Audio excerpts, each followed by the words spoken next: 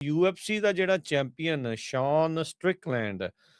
ਉਹਨੇ ਹੁਣ ਇਹ ਦੋਸ਼ ਜਿਹੜੇ ਲਾਏ ਆ ਟਰੰਪ ਪ੍ਰਸ਼ਾਸਨ ਦੇ ਉੱਤੇ, ਵਾਈਟ ਹਾਊਸ ਦੇ ਉੱਤੇ, ਵੀ ਜਿਹੜਾ UFC ਦੀ ਇਵੈਂਟ ਹੋਣੀ ਆ, ਉਹਦੇ ਵਿੱਚ ਉਸਨੂੰ ਇਸ ਲਈ ਨਹੀਂ ਜਗ੍ਹਾ ਦਿੱਤੀ ਗਈ ਕਿਉਂਕਿ ਉਹਨੇ ਇਜ਼ਰਾਈਲ ਤੇ ਐਪਸਟੀਨ ਦਾ ਜਿਹੜਾ ਉਹ ਮਜ਼ਾਕ ਉਡਾਇਆ ਆ ਤੇ ਟਰੰਪ ਦਾ ਕ੍ਰਿਟਿਸਿਜ਼ਮ ਕਰਦਾ ਰਿਹਾ ਆ। ਸੋ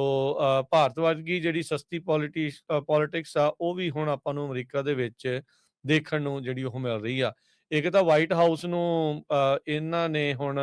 ਅਖਾੜਾ ਬਣਾ ਦਿੱਤਾ। ਉੱਥੇ ਆਪਣੇ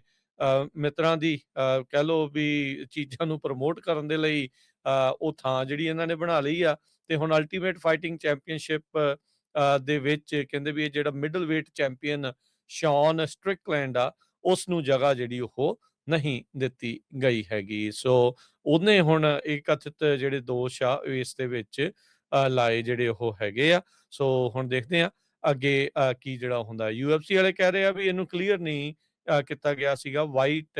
ਹਾਊਸ ਦੇ ਜਿਹੜੇ ਉਹ ਦੁਬਾਰਾ ਕਹਿੰਦੇ ਵੀ ਪਹਿਲਾਂ UFC ਦੇ ਜਿਹੜਾ ਵੀਡੀਓ ਚੈਨਲ ਆ ਉਹਦੇ ਵਿੱਚ ਫੁਟੇਜ ਵਗੈਰਾ ਇਸ ਦੀ ਲੈ ਲਈ ਗਈ ਸੀ, ਪਾਇਆ ਵੀ ਗਿਆ ਸੀਗਾ, ਪਰ ਬਾਅਦ ਦੇ ਵਿੱਚ ਕਹਿੰਦੇ ਵੀ ਉਹਨੂੰ ਕਾਲ ਆਈ ਸੀਗੀ ਵੀ ਉਹਨੂੰ ਵਾਈਟ ਹਾਊਸ ਦੇ ਦੁਆਰਾ ਕਲੀਅਰ ਨਹੀਂ ਕੀਤਾ ਗਿਆ ਤੇ ਕਹਿੰਦਾ ਵੀ ਮੈਨੂੰ ਇਹ ਲੱਗਦਾ ਵੀ ਕਿਉਂਕਿ ਮੈਂ ਇਜ਼ਰਾਈਲ ਤੇ ਐਪਸਟੀਨ ਦਾ ਮਜ਼ਾਕ ਉਡਾਇਆ ਸੀ, ਟਰੰਪ ਦਾ ਕ੍ਰਿਟਿਸਿਜ਼ਮ ਕੀਤਾ ਸੀਗਾ, ਇਸ ਕਰਕੇ ਮੈਨੂੰ ਜਗ੍ਹਾ ਨਹੀਂ ਮਿਲੀ। ਸਟ੍ਰਿਕਲੈਂਡ ਜਿਹੜਾ ਕਿ ਕੈਲੀਫੋਰਨੀਆ ਦਾ ਜੰਮਿਆ ਹੈਗਾ ਆ,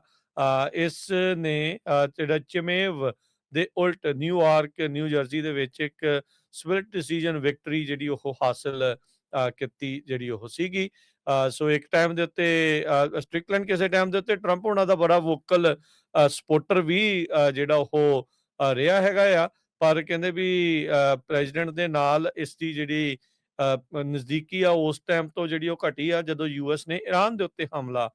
ਸ਼ੁਰੂ ਜਿਹੜਾ ਉਹ ਕੀਤਾ ਆ। ਕਹਿੰਦਾ ਵੀ ਉਹਨੇ ਐਕਸ ਦੇ ਉੱਤੇ ਲਿਖਿਆ ਸੀਗਾ ਵੀ ਮੈਂ ਉਸ ਟਾਈਮ ਦੇ ਉੱਤੇ ਸਪੋਰਟ ਕਰਨੀ ਬੰਦ ਕਰ ਦਿੱਤੀ ਟਰੰਪ ਦੀ ਜਦ ਇਜ਼ਰਾਈਲ ਨੇ ਉਸ ਨੂੰ ਈਰਾਨ ਦੇ ਉੱਤੇ ਜਿਹੜੀ ਉਹ ਬੋmbਿੰਗ ਉਸ ਦੇ ਹੱਥੋਂ ਕਰਵਾਈ ਤੇ ਉਹਨੇ ਨਾਲ ਹੀ ਲਿਖਿਆ ਸੀਗਾ ਵੀ Trump stop bombing Iran, Israel, Trump, we need our bombers. Trump said, yes, Papa Netanyahu, I got you. ਵੀ ਉਹ ਬੇਸਿਕਲੀ ਨੇਤਨਯਾਹੂ ਦਾ ਬੱਚੇ ਦੇ ਤੌਰ ਦੇ ਉੱਤੇ ਟਰੰਪ ਨੂੰ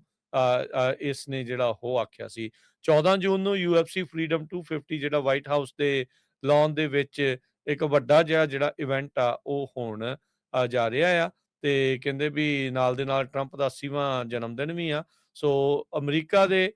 250 ਸਾਲਾਂ ਨੂੰ ਪਿੱਛੇ ਛੱਡ ਕੇ ਟਰੰਪ ਹੁਣਾਂ ਨੇ ਜਿਹੜਾ ਇਸ ਦੇ ਨਾਲ ਰਲਗੜ ਕਰਕੇ ਆਪਣਾ 80ਵਾਂ ਜਨਮ ਦਿਨ ਵੀ ਮਨਾ ਰਹੇ ਹੈਗੇ ਆ।